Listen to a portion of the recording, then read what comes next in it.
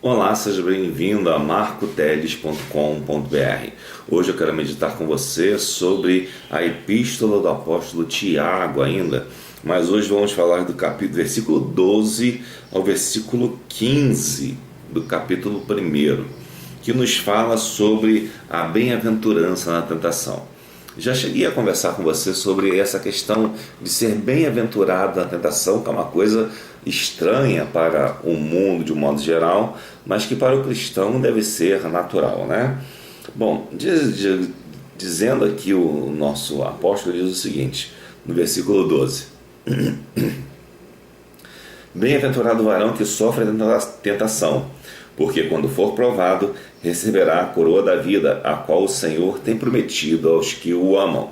Ou seja, feliz é aquele que sofre a tentação, porque quando ele for provado, ou seja, aprovado, melhor dizendo, né? For provado e aprovado, ele receberá a coroa da vida, que Deus prometeu aos que o amam. Podemos entender isso aqui, de ser feliz por estar passando por tentação, como aquela figura que o apóstolo Paulo faz do atleta. O cristão é como um atleta, né? O atleta ele parte para um ambiente de disputa, e nesse ambiente de disputa ele vai ser vencedor ou talvez não, né? Mas quando ele é vencedor, ele recebe aquela coroa, a medalha, né, atualmente, mas naqueles tempos bíblicos, os Jogos Olímpicos eram com uma coroa de louros, né, um galho de árvore praticamente dito. E ele recebia aquilo e aquilo era uma honra para aquela pessoa. O que significa isso? Significa que quando você chegar ao céu, após ter passado por várias tentações deste mundo, você encontrará uma coroa de glória, uma coroa de honra. A coroa que Deus vai te dar não é porque suas obras te salvaram, muito pelo contrário. Alguns interpretam isso aqui como se as obras salvassem. Não, mas essa coroa é uma coroa de honra. Veja bem, que a coroa que aqueles atletas ganhavam nos estádios, elas eram apenas um mato, né? Alguma árvore, alguma coisa tirada da árvore que acabaria logo. Mas a coroa que você recebe no céu, ela não acaba nunca, e ela é uma honra eterna. Então, quando você entender que você é aprovado, você entenda que você está sendo provado para ser honrado por Deus lá no céu, certo? E devemos também entender que a aprovação ela cai para qualquer um. A tentação ela cai para qualquer um. Às vezes uma coisa tentadora ocorre no meio de 20 pessoas, mas só uma é tentada por aquilo, ou só uma tem a fraqueza de ser tentada. As outras 19 não estão nem aí para aquele problema, certo? Ou o inverso, às vezes as 19 são tentadas e uma não é tentada, que geralmente é um servo de Deus. Então, como você pode ver, a fraqueza da pessoa, né, é que produz essa tentação, não é a situação em si. Então, quem é tentado? Quem é tentado é aquele que está numa situação onde ele é fraco para resistir, né? E quando a oração do Pai Nosso nos diz, não nos deixes cair em tentação, é que não deixe ficar em situação de tentação, né? Para se guardar disso, né? E é necessário que nós oremos por isso também, porque não há nenhum homem, nenhum só, que seja totalmente forte a ponto de vencer todas as dificuldades, né? Diz ainda o versículo 13: ninguém sendo tentado diga, de Deus sou tentado, porque Deus não pode ser tentado pelo mal e a ninguém tenta. Bom, quando diz que a ninguém tenta, fica bem claro que Deus não precisa tentar você para saber quem você é.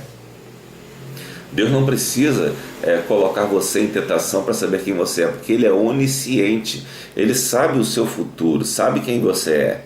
A tentação, na verdade, com a provação que ocorre, que Deus permite, é para que você compreenda quem você é, para você compreenda os seus limites, para que você melhore como cristão. Não é para que Deus saiba, né? E por isso Ele não tenta ninguém. Mas quando a tentação vem, Ele simplesmente permite, mas Ele não está tentando. O fato de permitir não significa literalmente estar tentando aquilo, né?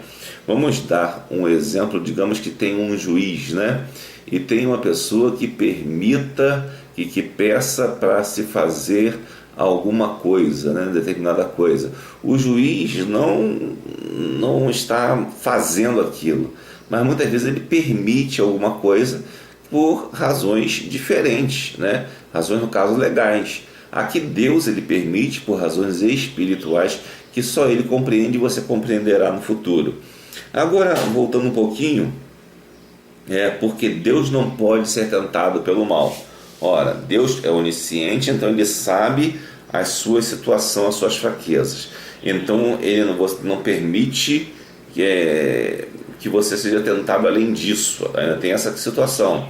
E além disso, Ele sabe onde você vai. Então Ele, por ser onisciente, Ele não vai se preocupar em tentar você, a não ser permitir a tentação para que você melhore como pessoa. Mas Deus não pode ser tentado pelo mal. Por quê? Porque Deus é onipotente, ou seja, Ele tem todo o poder. Quem pode ser tentado é exatamente aquele que não tem poder. Eu não tenho poder, você não tem poder, ninguém tem poder. O homem mais rico do mundo não tem poder suficiente para resistir às tentações. Por isso precisamos de Deus. O homem mais poderoso do mundo também não tem poder suficiente para resistir às tentações. Por isso precisa de Deus. Então o que ele está dizendo aqui, que você precisa de Deus, que Ele não tenta você e Ele não pode ser tentado. Portanto, você precisa de alguém que tenha exatamente toda a força e compreensão necessária para cuidar de você. Por isso, não blasfeme de Deus quando vier a tentação. Simplesmente compreenda que Deus tem um plano maior para aquilo em sua vida. Você ainda não percebeu o que é. No futuro, provavelmente, você vai perceber. Mas não blasfeme de Deus. O versículo 14 ainda diz por que nós somos tentados. Mas cada um é tentado quando atraído e engordado pela sua própria concupiscência. Ou seja, você é tentado, ou seja, você cai em tentação, né? Você quer fazer aquela coisa ruim, tem aquela fraqueza por sua própria concupiscência. O que é concupiscência? Desejo exagerado pelo pecado, né? Todas as pessoas são carnais e têm uma certa propensão ao pecado, mas alguns têm uma propensão maior e isso se chama concupiscência, é a propensão exagerada. Então, quando você cai em pecado, né, na tentação, você caiu pela sua própria vontade e não pela vontade de Deus, certo? Então nós vimos três motivos pelo qual você não pode julgar Deus ou tentar condenar Deus absurdamente por ter caído em tentação. A primeira é que Deus é todo-poderoso e nada pode tentá-lo. A segunda é que Ele é onisciente, Ele não precisa tentar você para saber quem você é. E a terceira é que você é tentado por aquilo que você é e não pela coisa que os outros são. E continua dizendo que depois que nós somos tentados, depois havendo a concupiscência concebido, dá à luz o pecado. E o pecado, sendo consumado, gera a morte. Ou seja, a concupiscência é aquele desejo, né? E quando você acende essa chama, você gera o pecado. E quando consuma o pecado, você está na morte. Você abandonou o caminho de Deus, né? Há pessoas que se deixam levar tanto pela concupiscência da carne que acabam se afastando do caminho de Deus, afastando-se da vontade de Deus. Não é isso que Deus quer para você.